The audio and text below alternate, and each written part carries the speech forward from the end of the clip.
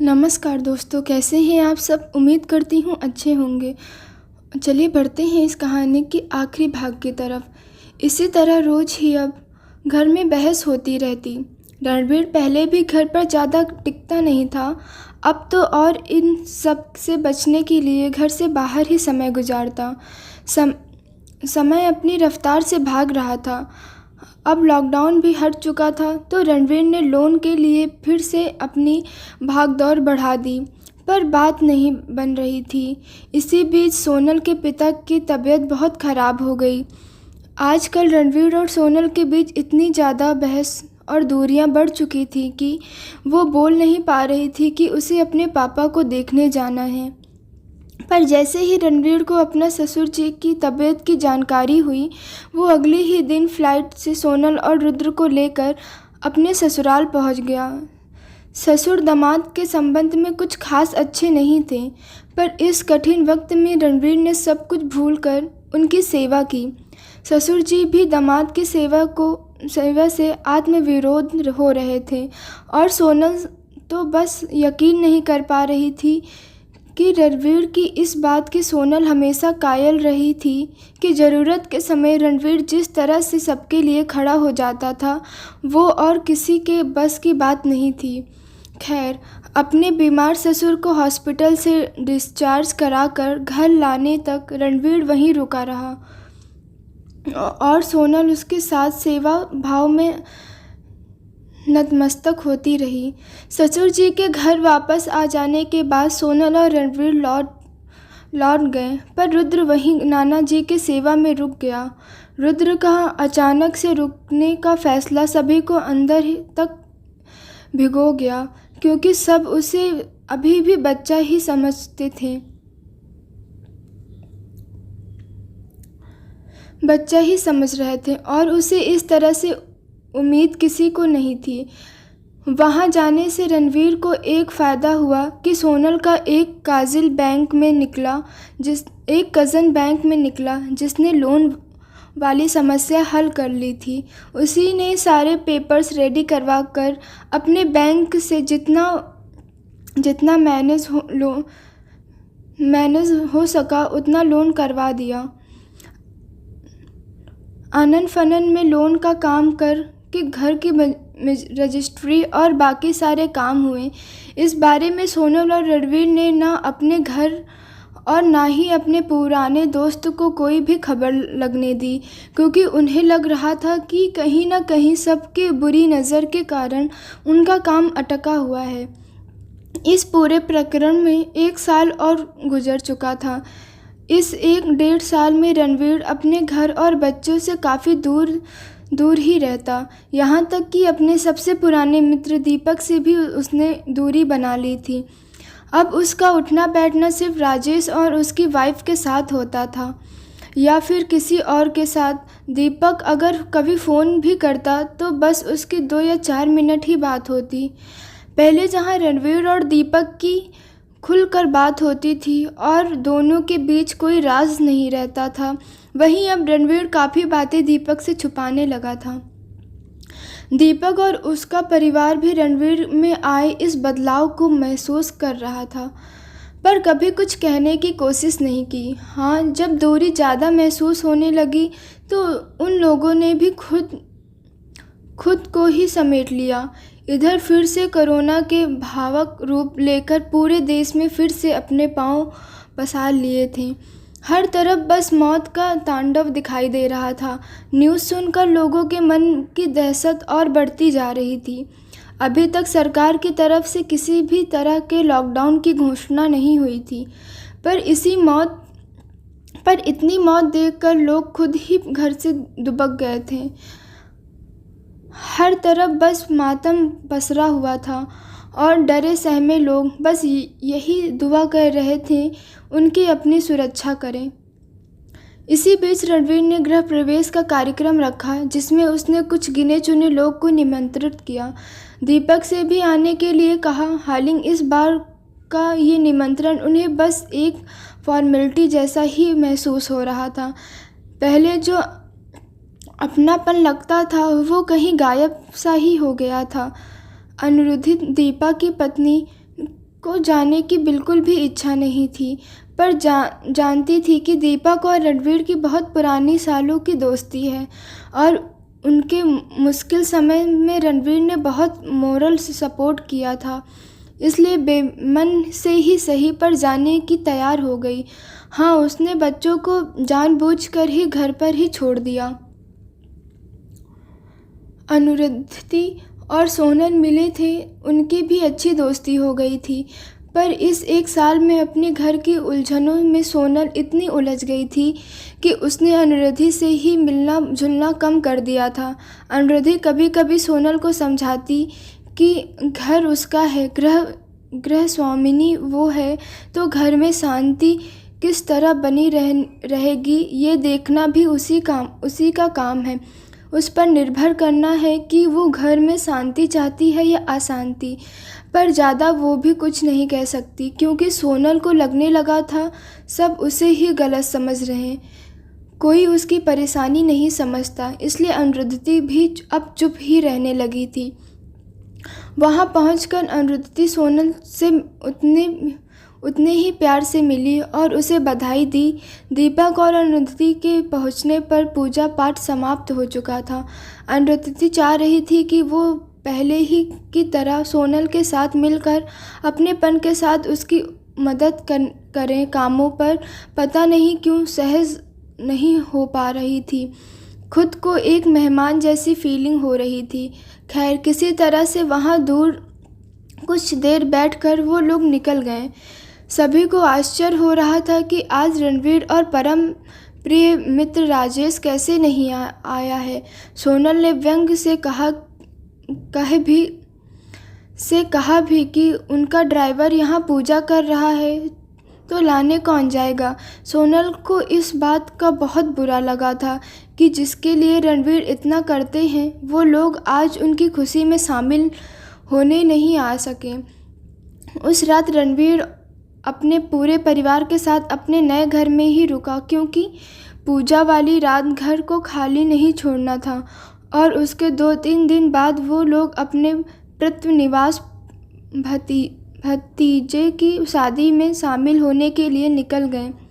हर बार जाने से पहले सोनल हमेशा अनुरुद्धि को फ़ोन करके कह देती कि बच्चे हैं घर में, ध्यान रखना, पर इस बार ऐसा कोई फ़ोन नहीं आया। ना ही अनुरुद्धि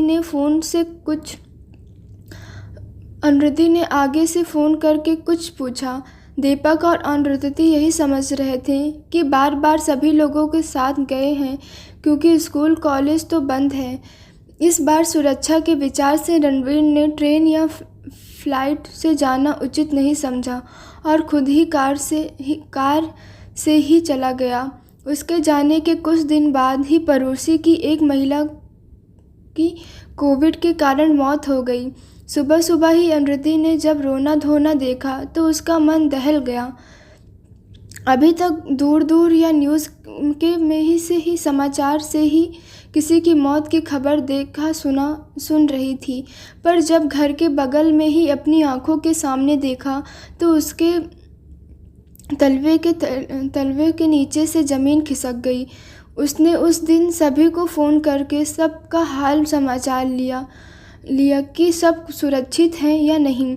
उस दिन अपना गुस्सा भूल अनुरुद्धि ने सोनल को भी फ़ोन किया तो उसे पता चला कि सोनल वहाँ पूरे परिवार सहित संक्रमित है। उसी दिन अनुरुद्धि को मालूम चला कि जिस शादी में मिलित होने सब गए थे वो तो कैंसिल हो गई थी, और तो इतने दिनों से रुद्र यहाँ अकेले ही घर पर था। इस बार दीपक भी थोड़ा गुस्सा हुआ कि जब शादी कैंसिल हो गई थी तो अभी जाने की क्या ज़रूरत थी, पर उन्होंने तो कुछ और मंजूर था। सोनल और बच्चे तो फिर भी ठीक होने लगे थे, पर रणवीर की कंडीशन बहुत सीरियस हो चली थी। उसे ऑक्सीजन की ज़रूरत पड़ने पर घर में ही सिलेंडर व्यवस्था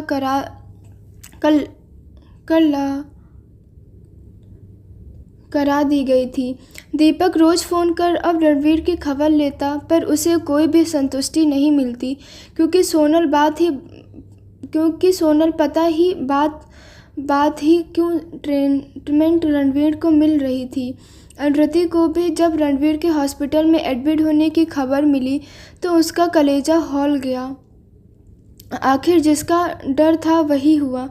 रणबीर सभी को अकेले छोड़कर इस दुनिया से विदा हो गया। रुद्र भागकर दीपक के पास आ गया और उसको पकड़कर रो पड़ा। अंकल पापा छोड़कर चले गए। दीपक को जैसे सदमा सा लगा। वो खुद ही एक भूत की तरह बैठा रह गया। ऋतु ने रुद्र को संभाला। आंटी, मुझे घर जाना है। मैं पापा के पास क्यों नहीं था? मैंने लास्ट तक भी रोका था पापा को कि मत जाओ, आप जब शादी नहीं हो रही। मुझे अभी पापा से कितनी बातें करनी थी। मैंने पिछले दिनों में उनसे कितनी बुरा बर्ताव किया। रुद्र फूट फूट कर अनुरति के सामने रो रहा था। अनुरति को खुद को बहुत संभाल रही थी, पर रुद्र को बिलखना देख भी वो रो पड़ी। आंटी, मैं कैसे संभालूंगा सब? अचानक से रुद्र का रोना थम गया। जो बच्चा अभी पिता को खोने पर बिलख रहा था, अचानक से आए इस बदलाव से जिम्मेदारी कैसे संभालेगा, इस पर सोचने लगा। उसके आंसू जैसे अचानक सूख गए। घर कैसे चलेगा? मम्मा और रोशन को भी मुझ ही संभालना होगा। मुझे जल्दी से वहाँ पहुँचना होगा। अनुरति बस उस बच्चे को एक पल में बड़े होते हुए देखती रह गई। तभी तो ठीक से रो नहीं पाया। यह बच्चा, उसे एहसास हो गया कि उसके कंधे के ऊपर कितनी बड़ी जिम्मेदारी आ गई है। जैसे तैसे दीपक और अनुरति ने उसकी फ़्लाइट की टिकट करवाया तो उसे अकेले भेजने में सबको डर लग रहा था, पर रुद्र ने कहा कि वो अकेले चला जाएगा और चला भी गया। पर दीपक भी उसके एक एक मिनट की खबर ले रहा था जब तक वो पहुंच नहीं गया। रणवीर का जाना सभी की जिंदगी बदल गया।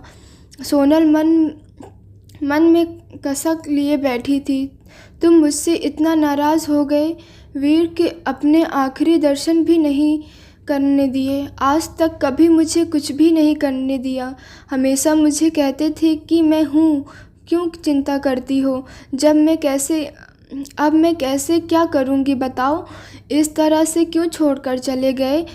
इतनी भी क्या नाराज़गी? ये कैसी जुदाई लिख गए तुम? घर खरीदने के बाद लगा कि अब शांति हो जाएगी जीवन में, पर ये कैसी शांति है? नहीं चाहिए ऐसी शांति वीर, नहीं चाहिए ऐसी शांति। वापस आ जाओ वीर, वापस आ जाओ। रणवीर की तस्वीर को सीने से लगाए सोनल फपक उठी। छोटा रोशन, जिसने अपने पिता को अग्नि दी, उनकी आंखों से एक एक बूंद आंसू का नहीं टपका।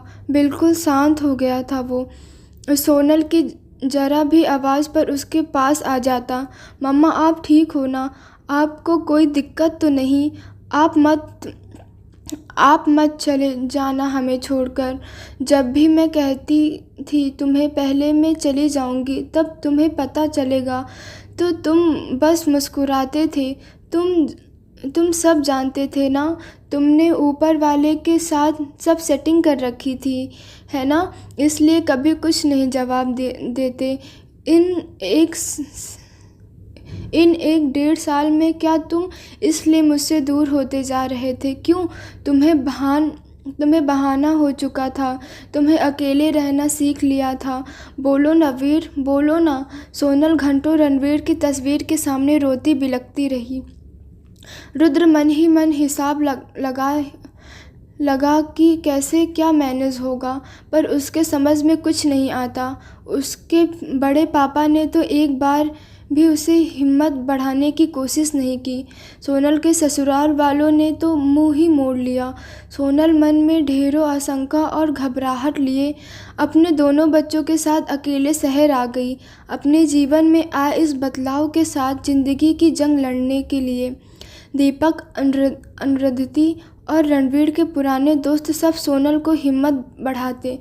दीपक ने सारे पेपर्स वर्क की जिम्मेदारी खुद पर ही ली थी और रुद्र और रोशन को धीरे धीरे सब समझा जाता। दीपक खुद भी बहुत टूटा हुआ था, क्योंकि उसने अपने सबसे प्यारा और अजीज दोस्त खो दिया था, पर बच्चों को संभालने के लिए मजबूती से खड़ा था। सोनल रणवीर के बिना खुद को बहुत टूटा हुआ महसूस कर रही थी, पर ज़िंदगी किसी के जाने से रुकती नहीं। बहुत जल्दी ही अपने दोनों बच्चों के लिए उसने खुद को संभाल लिया था। एक नाजुक सी औरत समय आने पर किसी कदर मजबूत बन सकती है, इसका जीता जागता उदाहरण बनी सोनल। अब वो सिर्फ एक पत्नी का शौक नहीं मना सकती थी, उसे अब सिर्फ माँ बनकर सोचना था। उसने दीपक की मदद से जल्दी से सारे काम समझ लिए और अपने बच्चों का सहारा बन गई। पर समाज को भी कहाँ हजम हो रहा था उसे आया ये बदलाव। समाज तो उसे बस टूटा हुआ रोता बिलखना देखना चाह रहा था या दृष्टि से देखना चाहता था, पर सोनल को ये मंजूर नहीं था। वो किसी भी दया की पात्र नहीं बनना चाहती थी, इसलिए उसने अपने जीवन में आए इस बदलाव को जल्दी से स्वीकार कर लिया। और अब समाज को भी उसका ये बदलाव स्वीकार ही होगा, क्योंकि वो कोई अबला नारी नहीं, बल्कि एक सख्ती माँ की भूमिका में भी है, जो अपने बच्चों के भविष्य के लिए अपने दुखों को भूल खुद को एक मजबूत चट्टान बना सकती है। दोस्तों, आपको ये कहानी कैसी लगी? आपको ये कहानी से कैसी सीख मिली? प्लीज़ आप हमें कमेंट करके ज़रूर बताइएगा। तब तक के लिए नमस्कार, और प्लीज़ आप हमारा चैनल सब्सक्राइब कर दीजिए और वीडियो पूरा देखा करिए। धन्यवाद।